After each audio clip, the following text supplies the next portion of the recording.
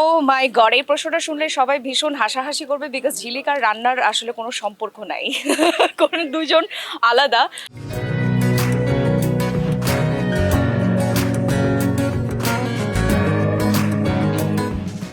ঈদের সময়টা খুব ভালো কাটে, কারণ ঈদ মানে আনন্দ, আর আনন্দ মানে পরিবার পরিজন বন্ধু বান্ধব সবাইকে নিয়ে ঘুরে বেড়ানো, সেই আড্ডা, আর সাথে যেহেতু গানের মানুষ, গানের প্রোগ্রাম যদি থাকে দর্শক শ্রোতাদের সাথেও পালন করার একটা সুযোগ থাকে।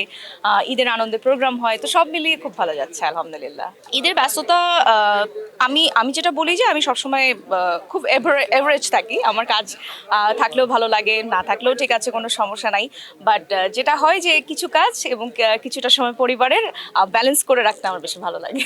আসলে ছোটবেলায় যেটা হতো, কোরবানি ঈদ যখন করতাম, যেহেতু আমার বাড়ি রংপুর, আর রংপুরে নানু বাসায় ঈদ করার যে একটা মজা আনন্দ, কোরবানি দেখা, তো সেইটা না এখন আসলে আর ওরকম করে হয়ে ওঠে না। এখন কোরবানি ঈদ মানে নিজেই দিলাম, একটা কোরবানি দিচ্ছি, তারপর কাজের কিছু বাসার কাজ টাজ থাকে, ওই ছোটবেলার ওই আনন্দটা আসলে থাকে না। তো স্মৃতি বলতে আসলে আম, চোখে ভাসে নানু নানু ভাইয়ের সাথে বসে থাকা, যেটা এখন আসলে হয় না, ওনারা চলে গেছেন, এটাই আসলে ভাসে। আমি আসলে সালামি এখনো পাই, আবার এখন দিতে হচ্ছে। আগে দেওয়াটা ছিল না, এখন দিতে হয়। এখন ছোট ভাই বোন যারা আছে বা যেখানে যাই, বন্ধু বান্ধবদের বাচ্চারা যারা থাকে তাদেরকে দিতে হয়। বাট আমি বলবো যে আমি স্টিল কিন্তু এখনো আমি সালামি পাই, সো এটার একটা মজা আছে।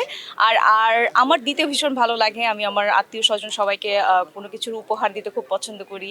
সো সালামি দিতেও আসলে খুব ভালো লাগে, ওদের মুখে যে একটা হাসি আসে সেটা আসলে আমার খুব ভালো লাগে। এটাই আসলে একটা আনসার, আমি কখনোই করতে পারি না আসলে, আমার কখনোই যাওয়া হয় না গরুর হাটে।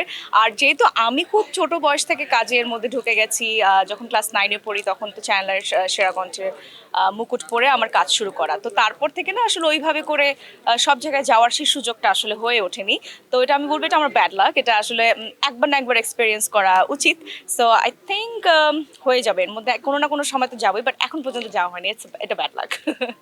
ও মাই গড, এই প্রশ্নটা শুনলে সবাই ভীষণ হাসাহাসি করবে, বিকজ ঝিলিক আর রান্নার আসলে কোনো সম্পর্ক নাই। কোন দুজন আলাদা। আমার আসলে রান্না বান্নার প্রতি আমি কি বলবো, মানে ফ্যাসিনেশন যে একটা থাকে মানুষের, সেটা আমার একটু কম আছে, বাট আমার রান্না করতে ভালো লাগে। এই জন্য আমি মজা করে আসলে বলি, আমি আসলে ঘরে না, আমি টেলিভিশনে বেশি রান্না করেছি। সো রান্নাটা আসলে খুব একটা করা হয় না, বাট আই থিঙ্ক আমার রান্না টান্না একটু করা উচিত। এবং আমি একটু ডেজার্ট আইটেমগুলো বাসাতে ওকেশনালি, যদি সেটা আব্বুর জন্মদিন, আম্মুর জন্মদিন, বা আমার জন্মদিন বা ঈদ, তখন একটু ডেজার্ট আইটেমগুলো ট্রাই করা হয়। আই লাভ গরুর মাংস, এটা আমার মনে হয় পৃথিবীর সবাই জেনে ফেলছে। আমি যতবার ইন্টারভিউতে বলেছি আমার গরুর মাংস খুব পছন্দের। আর আমি হচ্ছে ভোজন রসিক মানুষ, তো আমার খাওয়া দাওয়া নিয়ে না কোনো প্রবলেম হয়নি কখন। এটা আমার বাবা মাও বলে যে ঝিলিককে আসলে যা দেওয়া হয় ও সব খায়, মানে আমি এটা খাই না ওটা খাই না, এই ব্যাপারটা আমার মধ্যে নাই। আর পছন্দের খাবার গরুর মাংস, খিচুড়ি, এই তো এইরকম অনেক আছে, মানে আমার সব খাইতে ভীষণ ভালো লাগে। রিসেন্ট কাজ আমি নিজের যে গানের যে কাজগুলো, সে কাজগুলো এখনো আমি ওটা নিয়ে শুরু করিনি। আমার কাছে মনে হয়েছে আরেকটু দেশটা স্টেবল হোক, আরেকটু সবকিছু পরিবেশ আরেকটু স্থির হোক, তারপর নিজের কাজটা করব। আর এমনিতে অন্যান্য কাজগুলো করে যাচ্ছে, রেডিও, টেলিভিশন, যেহেতু আমি ইংলিস্টের আর্টিস্ট, সেখানে আমি প্রতিনিয়ত গান গাইছি।